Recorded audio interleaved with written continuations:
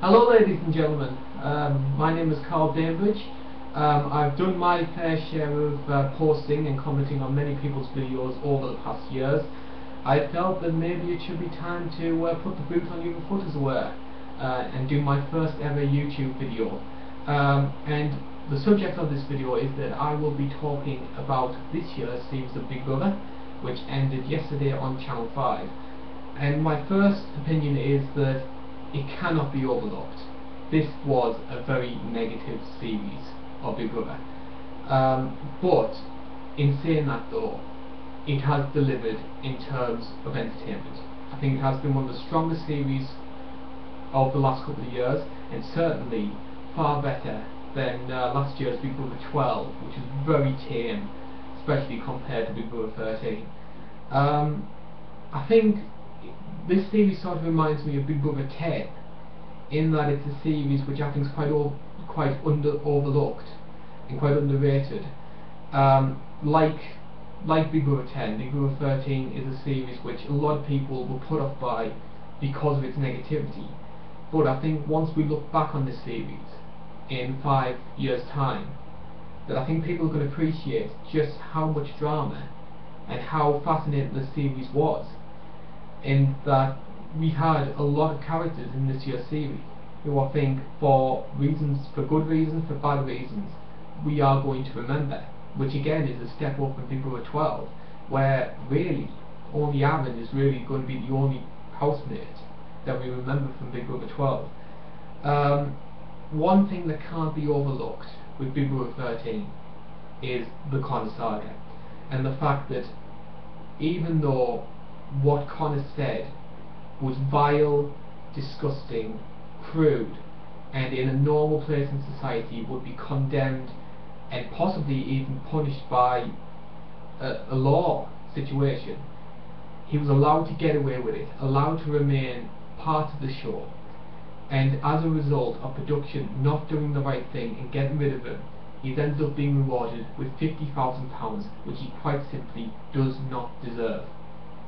I can't speak to you enough about how much I dislike Connor, and I dislike the whole Connor saga. And unfortunately, for as much as I like Big Brother 13 as a series, he will always taint it. I would go as far to say I would list Conor McIntyre as my worst Big Brother housemate ever.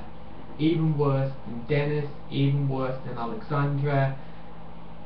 He's vile. He's a vile individual. Good luck to him with the 50k, but for God's sake, I hope I don't run into him in real life, because he's not someone that I want to be associated with. On more positive matters though, what we did get from this series was some great characters, some rootable characters. I personally think that Dina, who was the victim of all of Connor's grief, turned into an absolutely fantastic contestant. I wrote in one of my personal blogs before the series started that I thought that Dina was going to be a sort of May Soon figure, somebody who would just be in the background to look pretty and possibly go when there were a lot of people up because people didn't care enough about her. She completely broke my expectations of her and ended up being the star of the series. She reminds me a lot actually of Ashley, in how she grew over the course of the series and ended up pretty much stealing the show against a lot of people's expectations. And if I were to do an all-star Big Brother series, I would almost certainly put Dina on there. I think that she was a strong character, and it's a darn shame, considering everything that she went through in the house, that she didn't end up winning it. And I think it would have been karmic retribution for everything that Connor did to her, for Connor winning the 50 grand, for Dina to get her share of that money as well. Another aspect I did love about this, I think that the insiders-outsiders conflict was great television. I do enjoy a good divide on a show such as Big Brother. Again, this is one of the reasons why the series is better than Big Brother 12, in that Big Brother 12 was largely a get-along gang. I know there was the whole contrived thing with the wolf pack, that sort of thing, but that was more for fun, more for show, I think. This was a genuine divide, and it was good to see the power switching between the two sides before eventually the outsiders coming out on top. But I loved as well how the insiders never seemed to grasp how the British public really thought of them, how they still felt that they were in the right, even though that the public were continually voting them out one by one by one. That the insiders, the egos were so large they could never bring themselves to accept that the outsiders were more popular. I do love the outsiders. I think they're nice people, maybe not the most exciting people, but I do think they were nice people, and I'm glad that one of them ended up winning. I am a bit disappointed though that the person in question was Luke. I think Luke's a lovely person. I thought that he does nice things with money and with his wife. I just get this feeling though with Luke was that a lot of his popularity was down in part to a sympathy vote because of his backstory, and that really, if you take into account all four of the outsiders, Dina, Adam, Luke and Lauren, Luke was the one that brought the least to the show, was the least entertaining and the least engaging. I do like the guy, but just not as much as the other ones.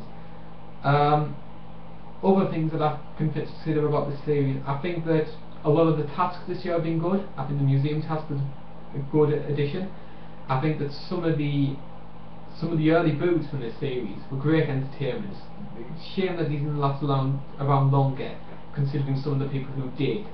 I would happily replace the likes of Lucas, Salva, Scott with the likes of Lydia, who I think was brilliant train wreck entertainment, Chris, who I think brought a lot of humour and I think is very underappreciated. But yes, very criminally underrated early boots. Again, very similar to Big Brother 10. Big Brother 10 had a lot of great early boots which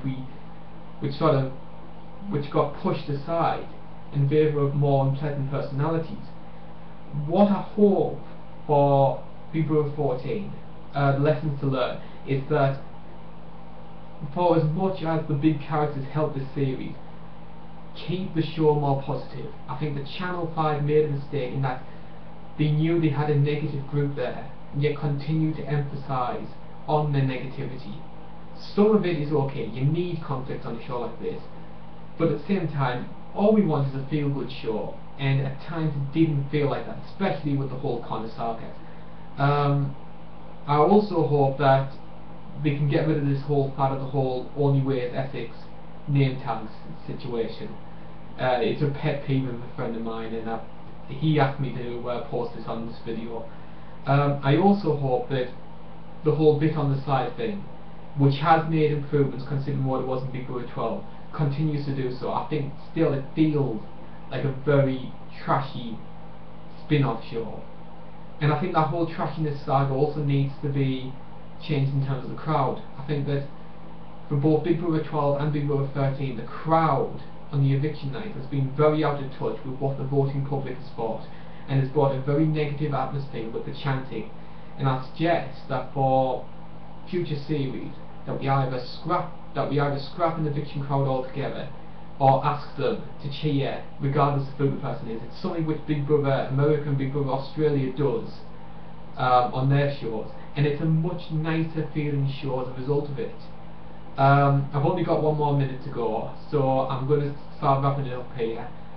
This has been my first video on YouTube, my first video on Big Brother, and to clarify what I thought, Big Brother 13, good series, could have been better, but certainly a vast improvement on Big Brother 12. I would probably rank it around the Big Brother 9, Big Brother 10 era of a middle of the road series, but certainly not up there with the classics such as Big Brother 5 and Big Brother 7.